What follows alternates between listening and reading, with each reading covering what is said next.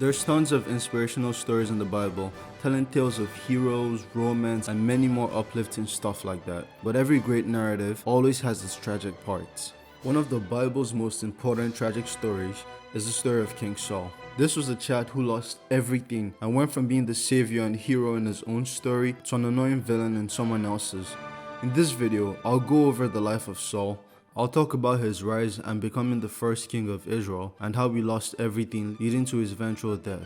Now, the Israelites had already spent a couple years free from Egypt at this point, and they had also established themselves as a nation after permanently borrowing a bunch of land from the Canaanites. So they were doing fine so far, but the one constant that they had to deal with was not having an actual leader. See, since they already had God on their side, sometimes it felt like they didn't need one because, He's God. But God is also kind of not human, so leading wasn't exactly a smooth process since he isn't there physically and all. Instead, God had to use intermediaries. Firstly, it was Moses and Joshua, then it was later the judges and a few priests. A couple of these leaders were good, but others not so much. But through all of this, the Israelites always had to go up against nations with real leaders and kings, and it showed too. Pretty much every couple years, the Israelites would end up subjugated under one of their enemies and then would need a judge to help them out. They had no stable leadership, so they were always weaker and more vulnerable than their neighbors. And everyone in Israel understood this problem too, so they'd been crying about getting a king of theirs for a while. And this is where Saul comes in. After years of begging for a king, God finally gave in and let Israel have their first one. Saul was the first king of Israel, and boy, when I tell you they made the perfect choice, I mean it, physically speaking at least. See, Saul also just looked like a king right from the start. No, I'm not trying to glaze or anything, because this is literally how he was described in the Bible. It says Saul, the son of Kish, was a handsome young man, as handsome as anyone in the whole of Israel, and he was a head taller than anyone else. They literally called him tall, dark, and handsome. I just know whoever wrote this was horny as hell. But thankfully for Israel, Saul was more than just his looks. Right off the bat, we see Saul was a very capable leader. Like I mentioned earlier, Israel had no stable leadership, and they also did not have a military. Despite this, Saul was always able to gather the troops necessary to protect Israel's interest. Right after he became king, the Ammonites sieged a city called Jabesh, and they threatened they would gouge out the eyes of everybody in the city. But immediately Saul heard this, he wasn't having none of it. In just a couple days, Saul was able to gather up 330,000 men to help him fight the Ammonites. But by far, Saul's most impressive win was when he beat Israel's biggest enemies, the Philistines. He beat them a couple of times, but you see, the first time they fought, the Israelites did not have any blacksmiths. Instead, they had to rely on Philistine blacksmiths to make any kinds of metal tools. So you'd think it would be a bad time to pick a fight with the Philistines, given they had a bunch of swords and spears, while the Israelite army was made up of men with rusty farm tools and only 2 swords which belonged to Saul and his son Jonathan. But lucky for Israel, Saul was pretty great at picking men for his army. People just like his cousin Abner and his son Jonathan showed this. In this battle, Jonathan and his armor bearer alone took out 20 Philistines themselves with just 1 sword and no backup. With a military like that, it's no surprise he won.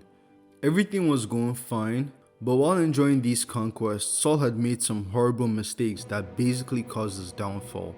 Remember that impressive win over the Philistines? Well, the priest Samuel was supposed to burn some offerings to God before the fighting started. But for whatever reason, Samuel was running late, and Saul got nervous seeing the Philistines.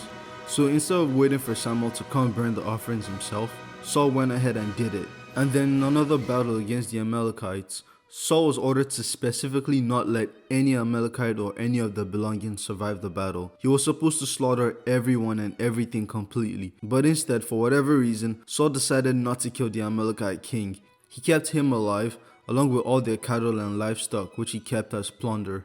Through these 2 decisions, Saul had disobeyed God twice, so at this point he was just only on borrowed time. Samuel had completely stopped speaking with him, and God had already chosen his replacement, so it didn't take long for Samuel to anoint someone else. Saul was unaware of this, but at some point Samuel traveled all the way to Bethlehem to anoint David, the son of Jesse, as Saul's replacement to be the next king of Israel. And the second battle against the Philistines would be where David would announce himself to the world.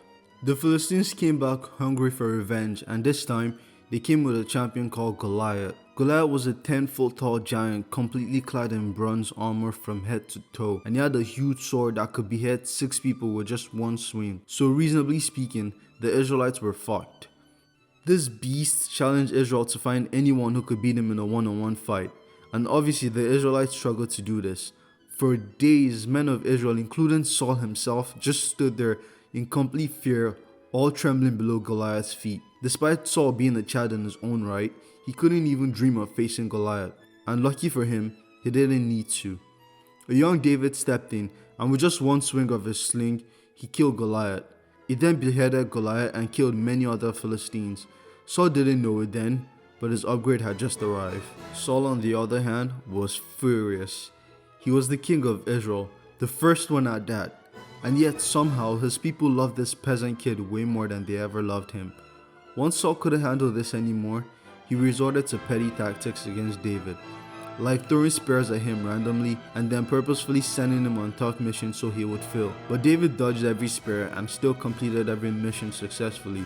So when Saul couldn't take it anymore, he straight up declared David an enemy of the king, making him a fugitive. Saul was determined to get rid of David, and he did everything in his power to kill him.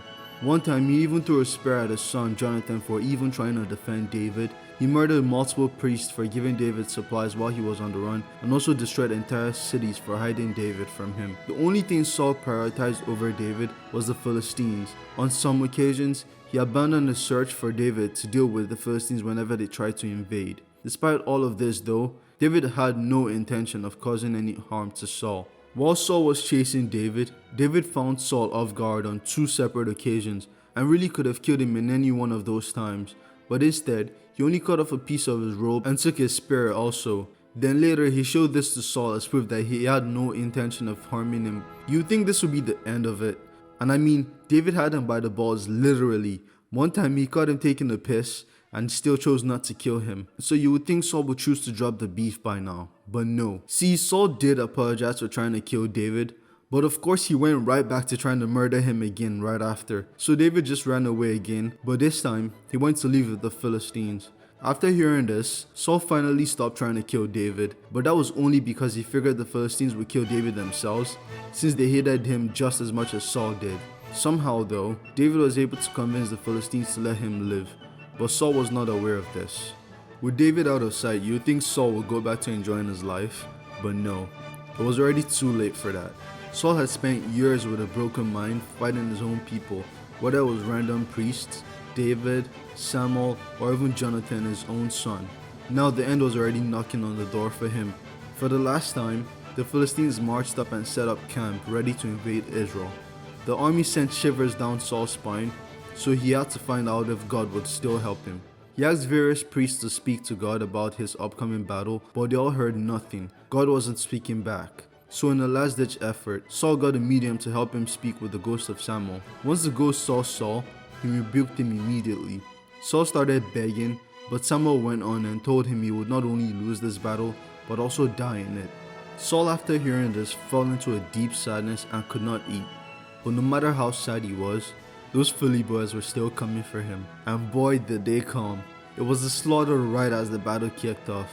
Israelites ran away as Philistines butchered each man next to them. It didn't take long before Saul's 3 sons, including Jonathan, were killed, and then Saul himself was hit by an archer, gravely wounded by the arrow. While laying in the midst of his slaughtered men, Saul begged his armor-bearer to kill him before the Philistines could. The armor-bearer hesitated, so Saul immediately put his own sword through his torso, making sure no Philistine could claim the glory of killing Israel's first king. In the aftermath of the fight, the Philistines found his corpse and beheaded it, then attached his body to a wall in one of their cities. But thankfully, some Israelites stole it back and then cremated it back in their home. Saul's story, in my opinion, is the biggest downfall in the Bible. He had the honor of being Israel's first king, even if he was from the smallest tribe, and he was also a pretty great king too. Despite all that skill, he still fell to jealousy. He lost his allies, either by killing them or chasing them away, and in the end, he dragged the ones that stood with him into a battle he knew he could not win, also they could die. This is the tragedy of Saul. If you enjoyed this video, please like it and subscribe to the channel. There's many more videos on the channel discussing more Bible lore in detail, so please take a look.